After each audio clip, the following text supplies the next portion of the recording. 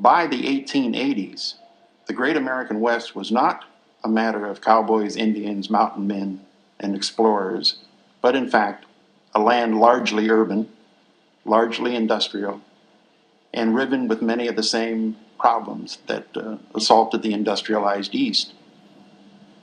The mining industry, probably more than any other single industry, was designed specifically to get into the West, find what resources it had, dig them out, leave a wreck behind, and get out and move on someplace else.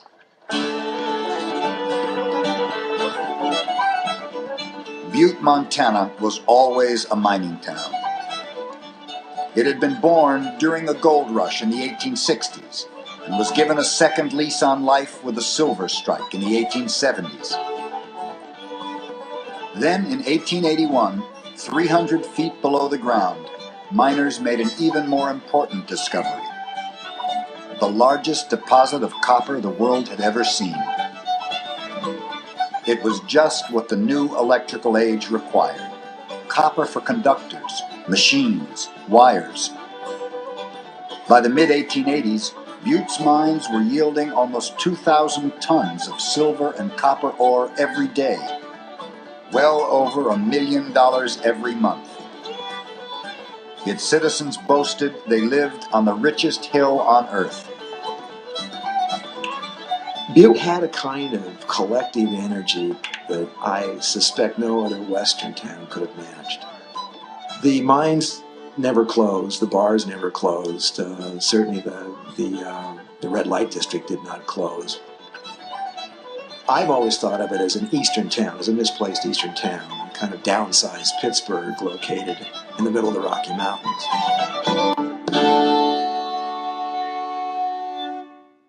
Most of the Butte miners were Irish, but there were also Finns and Japanese and Italians, Croatians, Mexicans, and Swedes.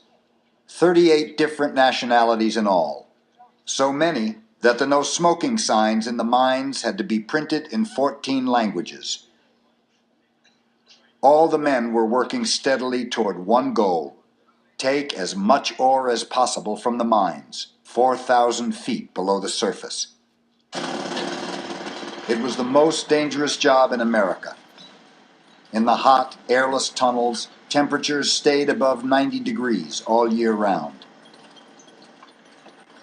Mine shafts collapsed or caught fire. And there was the perpetual threat of silicosis, caused by inhaling dust, which tore at the miners' lungs and led thousands to die young from pneumonia and tuberculosis.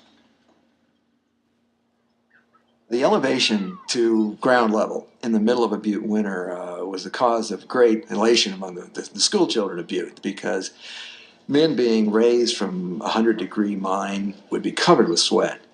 And as they reached the surface, as their sweat-drenched work clothes would strike 40-degree below air, they would disappear in a plume of evaporation.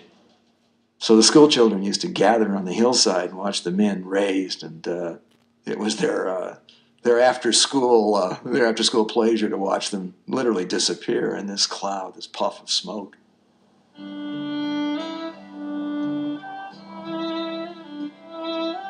In approaching Butte, I marveled at the desolation of the country. There was no greenery of any kind. It had all been killed by the fumes and smoke of the piles of burning ore. Bill Haywood. Just 4 trees survived within Butte itself, and all the nearby hillsides had long since been stripped of wood to fuel the smelters that roared on all day and all night.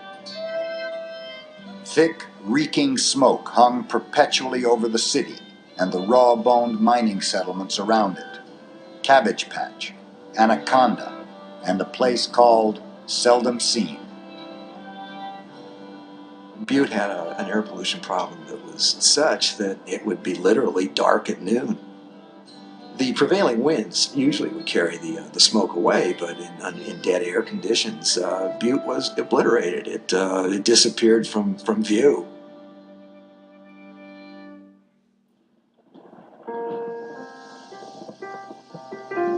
Much of mining that goes on in the West today is still operating under a law signed by Ulysses S. Grant called the General Mining Law of 1872, which was designed specifically to encourage mining in the West. It encouraged exploitation.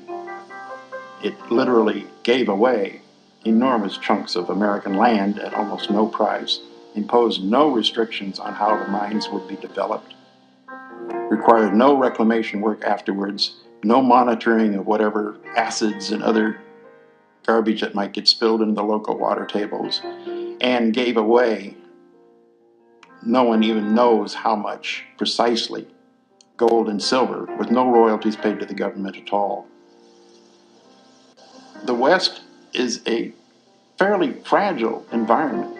Unlike the well-forested East, the scars last longer, the damage is of a longer duration, and yet we still continue to use the West the same way as if what we did was impermanent.